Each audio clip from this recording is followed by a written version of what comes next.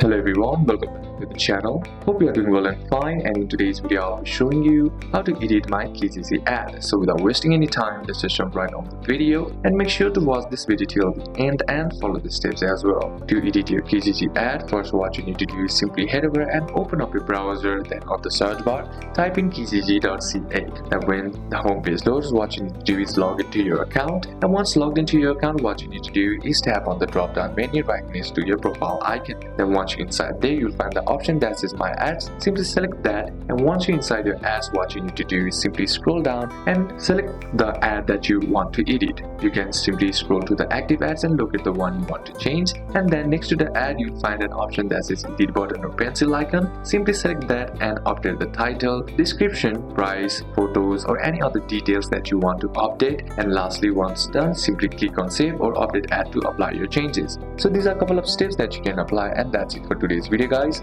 Hope this video was useful to you. Leave a like if it did, comment down any questions that you have, and see you soon on the next one.